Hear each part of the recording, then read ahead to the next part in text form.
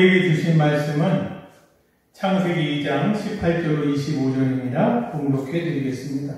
여호와 하나님이 이르시되 사람이 혼자 사는 것이 좋지 아니하니 내가 그를 위하여 돕는 배필을 지으리라 하시니라. 여호와 하나님이 흙으로 각종 들짐승과 공중에 각종 새를 지으시고 아담이 무엇이라 부르나 보시려고 그것들을 그에게로 이끌어 가시니 아담이 각 생물을 부르는 것이 곧 그의 이름이 되었더라.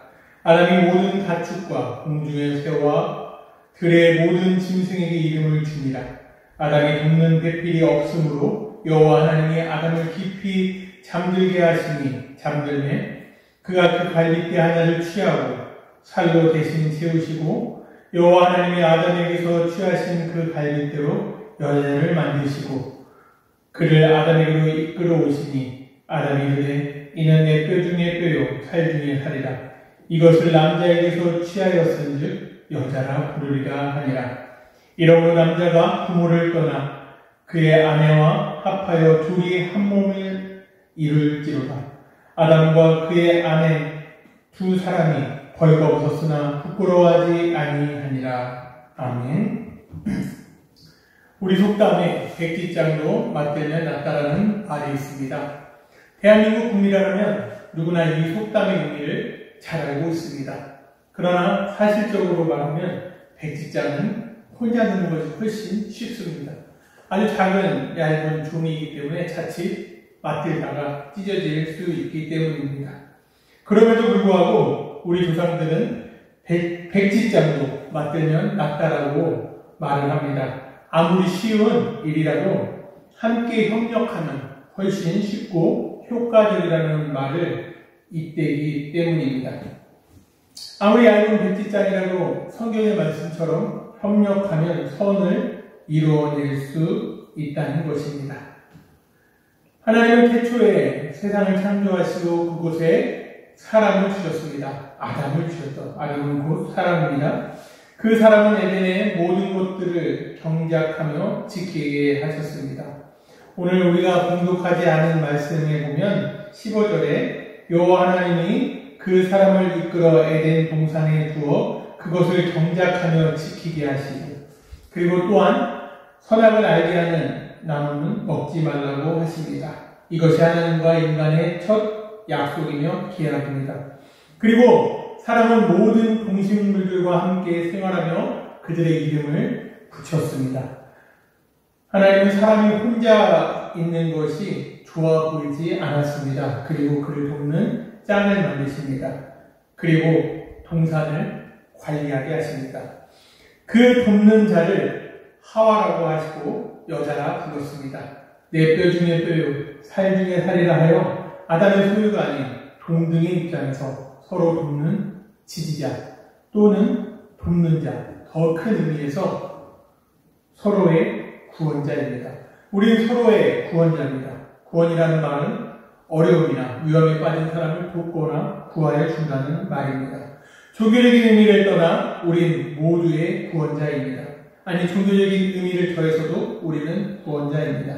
이단에서 말하는 죄인 예수, 내가 예수요 라고 상징하는 구원자가 아니라는 것을 명심해 주시고 우리는 정말 서로에 대한 구원자라는 것을 기억해야 합니다.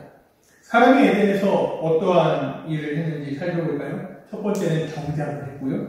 두 번째는 지키고 세 번째는 이름을 붙여 주었습니다. 하나님께서 창조한 모든 창조물을 보살피고 가꾸었습니다. 그리고 그것들의 이름을 붙여 주었습니다. 최근 한 예능을 보았더니 한 연예인이 애완돌을 키우는 모습을 보았습니다. 돌의 이름을 붙여주고 또한 불러주고 애지중지 보살피는 모습을 봅니다. 제가 보기엔 하나의 돌멩이에 불과하고 돌덩이에 불과합니다. 하지만 그에게는 아주 소중한 친구입니다. 그것을 본 저희 딸도 돌을 키웁니다. 그리고 그 돌에게 이름을 붙여주었습니다. 돌탱이. 눈도 그려주고 코도 그려주고 입도 그려주고 돌멩이를 바라보며 돌탱아 라고 부릅니다.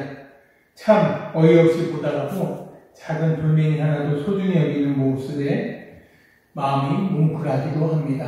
지금은 그 돌덩이가 저희 둘째 딸 책상에 놓여 있습니다. 아담은 에덴에서 편하게 먹고 노는 것이 아닙니다. 하나님의 창조물을 지키는 자입니다. 그들과 상호작용을 하며 그곳에 살았습니다. 그런 에덴을 우리는 천국이라고 부릅니다. 모든 동식물들을 도우며 살아가는 삶의 모습, 이사야의 말씀처럼 독사굴에 어린이가 손을 놓고 장난을 치는, 사자와 어린 양이 뛰놀고 사자가 풀을 먹는 세상, 해침도 해암도 없는 아름다운 세상을 가꾸는 것이 바로 아담, 즉 사람이 해야 될 일인 것입니다. 그러나 우리가 살고 있는 이 시대는 어디서부터 꼬였을까요? 아담이 약속을 어긴 그 순간부터 모든 단추가 잘못 끼어졌습니다. 선악을 알게 하는 나무를 바라보고 먹는 순간부터 시작된 인간의 탐욕, 그리고 죄악, 이 모든 것이 세상을 송두리째 바꾸어 버렸습니다. 인간의 탐욕은 서로 돕는 자에서 정복자가 되고 굴복시키는 자가 되었습니다. 하나님과 인간의 관계가 끼어지고 죄의 두터운 벽이 생겼으며 인간과 인간 사이에 차별과 멸시, 시기와 질투가 가득한 세상이 되었습니다. 뿐만 아니라 대자연은 인간의 욕구를 채우는 수단이 되어버렸습니다. 모든 것이 돕던 세상이 서로에게 칼끝을 겨누고 사망으로 이끌어가는 세상이 되었습니다. 한 사람의 죄로 시작된 모든 것이 또 다른 사람의 피로 용서해 주시기로 약속했지만 그 언약도 인간은 파기하기 시작했습니다. 예수 그리스도의 십자가를 파기하기 시작한 것이죠. 하나님은 우리를 하나님 형상 닮은 백성, 하늘 백성으로 삼았음에도 불구하고 하나님께서 주신 이른 비와 늦은 비, 무한한 태양의 빛으로도 모자라 하늘을 바라보기보다 우리가 하늘을 바라보며 살아가는 하늘 백성에도 불구하고 땅을 바라보는 땅의 백성이 되었습니다. 하나님께서 주신 것으로 스스로의 탐욕을 채울 수 없었던 우리는 저 깊은 땅을 파고 그곳에서 물을 얻고 또한 그곳 더 깊이 파 그곳에서 나오는 검은 죄악을 이 푸르른 땅에 꺼내놓고 찬란한 과학 기술을 발전시켰습니다. 결국 그 검은 죄악, 우리가 흔히 말하는 화석연료, 그로 말미암아서 기후위기라는 지금의 시대를 만들었습니다. 더 많은 것들을 채우기 위한 육신이 결국 사망을 낳았습니다. 과도한 화석연료의 사용으로 지구의 기온은 유례없이 오르고 우리의 생명을 위협하고 있습니다. 이제는 더 이상 이 땅에 이른 비와 늦은 비가 내리지 않습니다. 작년에 겪었던 가뭄과 또한 올해 있었던 폭우, 더 이상 우리의 먹거리는 사라지고 말았습니다. 또 올여름에 일어났던 폭염, 너무나도 한탄스럽고 마음 아플 수밖에 없습니다.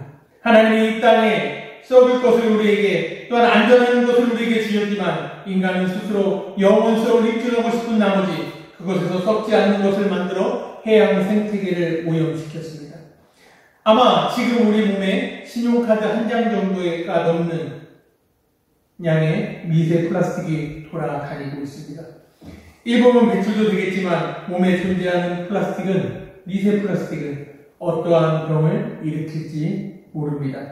하나님께서 주신 불멸의 에너지인 태양과 같은 불멸의 에너지, 자연 상태에서 안전한 방사능을 다른 물질과 결합하여 무시무시한 무기도 만들고 발전소도 만들었지만 결국 인간의 과오였고 그 영원한 에너지가, 그 영원할 것 같은 우라늄의 에너지가 그로 말미암아 사고가 생겼고 온 지구가 마셔야 될 그 우물에 일본이라는 나라가 독극물을 버리는 추악한 모습까지 드러났습니다. 우린 지금 온 인류의 끝이 아닌 온 생명의 끝을 보고 있는지도 모르겠습니다. 지금 우리가 해야 될 일이 무엇일까요? 바로 우리의 두터운 죄를 벗어버리는 것입니다. 하나님 앞에 회개함으로써 우리의 삶을 되돌리는 것입니다. 입으로 회개가 아닌 삶으로 투영되는 회개가 절실히 필요합니다. 우리는 서로 돕는 자들입니다. 저 자연도 우리를 돕고 우리들도 그들을 돕습니다. 인간과 인간과의 관계도 그렇습니다. 서두에서 말했듯이 우리는 서로의 구원자이기 때문입니다. 위험에 빠졌을 때 돕는 자가 있어야 할 수 있습니다. 이제 우리가 이 지구를 도와야 합니다.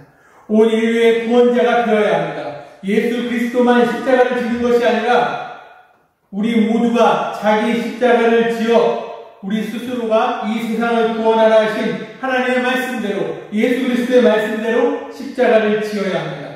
십자가가 무엇입니까? 바로 죽음을 의미합니다. 목사가 다 죽읍시다! 라고 말하면 따라오는 사람이 없겠죠. 여러분, 죽음 앞에 둔 사람이 어떤 욕심을 부리겠습니까? 죽을 때 수십억 대나 아파트를 가지고 가겠습니까? 아니면 유명한 외제차를 타고 가시겠습니까? 아니면 수익률 좋은 주식을 가지고 가겠습니까? 그 어느 것도 소용이 없습니다. 십자가라는 죽음 앞에 우리의 모든 것들을 내려놓고 겸손해야 합니다. 그것이 곧 사랑입니다. 우리의 욕심이 사망을 잉태하여 모두를 집어삼킬 때 이제 그것을 우리는 멈춰야 합니다. 서로 돕는 것이 곧 사랑입니다. 우리 아이가 돌멩이 하나를 아끼며 꿀팁이라는 이름을 불러주듯이 대자연의 모든 것들을 기억하고 사랑하며 이름을 불러줄 때 비로소 서로 도울 수 있는 것입니다. 이름을 부른다는 것은 그만큼 친근한 것입니다. 그만큼 사랑이 있고 애착이 있는 것입니다. 여러분, 복음이 무엇입니까? 저는 복음을 이렇게 생각합니다. 복음이란 인류의 타락을 저지하는 삶의 방향성. 우리가 타락을 향해 가는 모든 것들을 저지하는 삶이 바로 복음입니다. 그 복음을 듣고 예수를 믿는 자를 신앙인이라고 합니다. 신앙은 하나님의 창조의 근원적인 삶의 방식을 구현하는 것이 바로 신앙입니다. 하나님은 처음 사람을 에덴에 두시고 사람이 하와와 함께 도우며 살았던 그 방식을 구현하라고 말씀하십니다. 그리고 그것을 지금 우리가 해야 될 때입니다. 지금 우리가 모든 것의 이름을 기억하고 불러야 합니다. 하나님이 숨어있던 아담을 부르셨던 것처럼 아담아 아담아 하고 부르셨던 것처럼 그들의 이름을 부르고 그들에게 가지옷을 지어 입혀야 하는 것입니다. 우리가 이름을 불러주지 않으면 우리의 기억 속에 하나 둘씩 그들이 사라져 갑니다. 저 바다의 물고기도 숲의 동물들도 저 하늘의 새들도 들판의 꽃과 나무들이 사라져 갑니다. 그들에게 우리의 도움이 필요합니다. 하나님은 모두에게 돕는 자, 즉 돕는 배필을 주셨기 때문입니다. 어쩌면 우리가 생선 요리를 먹는 것이 먼 훗날에는 역사의 이야기로 남을 수도 있습니다. 이제 탐욕과 욕심과 죄악을 멈추게 합시다. 우리가 도웁시다. 그리고 하나님께 기도합시다. 이 땅의 황무함을 보소서 주여 이 땅 고쳐주소서 하며 기도합시다. 우리가 행동할 때 주님은 그 기도를 응답하십니다. 겟세마네 동산의 기도는 간절했지만 그 간절함이 주님의 행동하실 때 바로 우리의 구원이 된 것처럼 우리가 행동할 때 그 기도가 이루어집니다. 우리가 이 모든 것들을 기억하고 불러주고 도울 때 비로소 이 땅이 고쳐질 것입니다.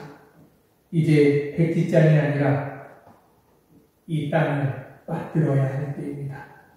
여기 있는 집사님도 권사님도 목사님도 주일학교 아이들도 중고등부 아이들도 청년들도 아니 남녀노소 장애인도 동성애자도 모두가 다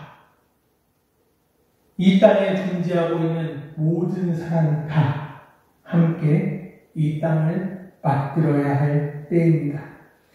우리 모두의 손을 모아 힘을 모아 주님 주신 이 지구를 위해 돕는 자가 되시기를 주님의 이름으로 축원합니다.